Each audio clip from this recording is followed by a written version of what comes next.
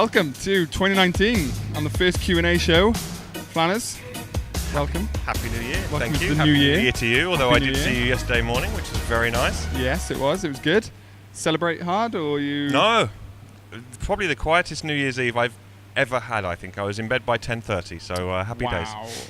Imagine, Even I was imagine up later than that. No, that's a disaster. I need to change that. I was still on UK time, so technically yeah. didn't make midnight, but I did. Yeah, So, that's okay. yeah. Midnight somewhere in the world. Yeah, exactly. Good. Right. We continue into 2019 with Naked Running Band. Definitely leveled up people's running in 2018. Yep.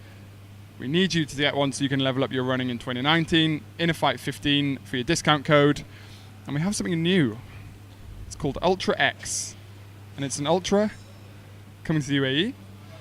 And you can head to, we'll put the website of it down in the underneath, scrolling across, and we have a discount code there for you as well.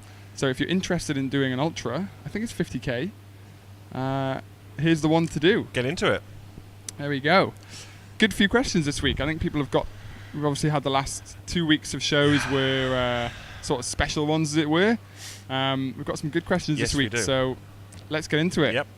Great name on the first one, at Food O'Clock. Are these not the same two people? Yeah. Harsh. Anyway, If you knew who was at next, then that would be funny to you. you'll know. Simply asks, best shoes for running. I think we've both probably got a thought on this. Yep. We're both wearing... On running. On running. And they're obviously great shoes. The answer is, of course, it depends. Obviously. But I think, look, everybody has different sort of gaits and different foot mechanics and all the rest of it. And I think I would always say to anybody, if you find a pair of shoes that are comfortable and are not causing you any niggling injuries, go and buy all of them and don't change. Yeah, that's true. I actually was thinking about this morning. I was running on the beach track, and someone in front of me had these like reinforced, they almost looked all plastic. They were Asics, I think.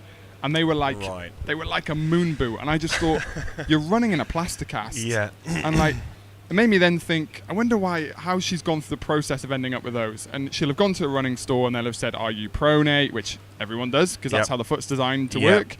And you need a shoe that stops you over-pronating. Well, we have muscles that stop us over-pronating, and we have muscles that are there designed to help us pronate. And that's part of the foot. When the foot lands, we need to pronate in order to stretch out the muscles of the arch and then help us take off. Right? And she's wearing a shoe that basically fixes the foot in one position. Yeah. And it's like, no wonder people are getting shin splints and knee problems and hip problems and, name them.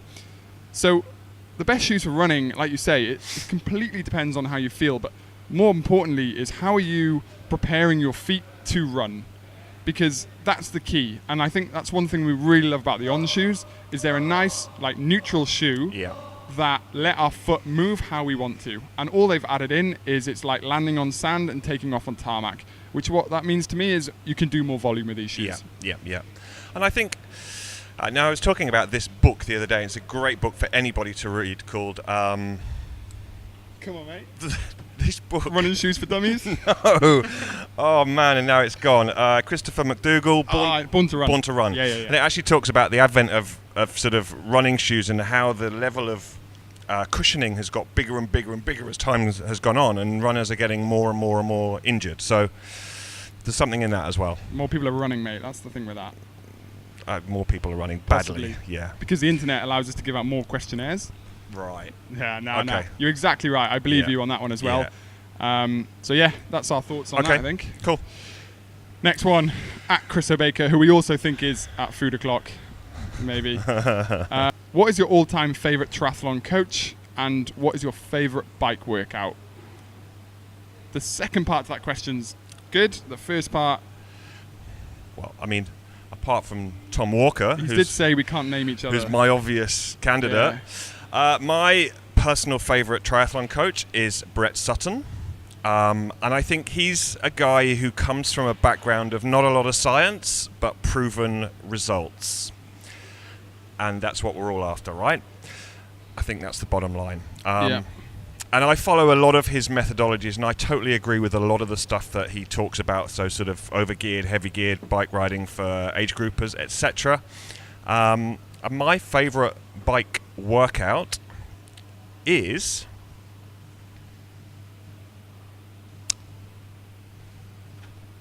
a long over-geared ride with some short, hard efforts. Nice. So something like, let's say, a 3-hour ride with some 3 times 10 minutes at threshold. Something like that would float my boat. Nice. You? I can't say I have a favourite. If I would say anyone who's contributed the most to the coaching game, like Joe Friel. Yep. Brilliant guy. I learned a lot from him at the beginning, and I think the stuff he puts out there, the content, his blog, what he's done with Training Peaks, it's changed the game. So for me, Joe Friel. Favourite bike workout? 24-hour time trial. I think that would be my favourite. I definitely want to do one soon. Not this year, possibly this year, but it's on my radar. Why things not? to do. I think they look epic. That would be my favourite. If not that, a good old-fashioned minute on, minute off. Yeah. Something like that. Yeah.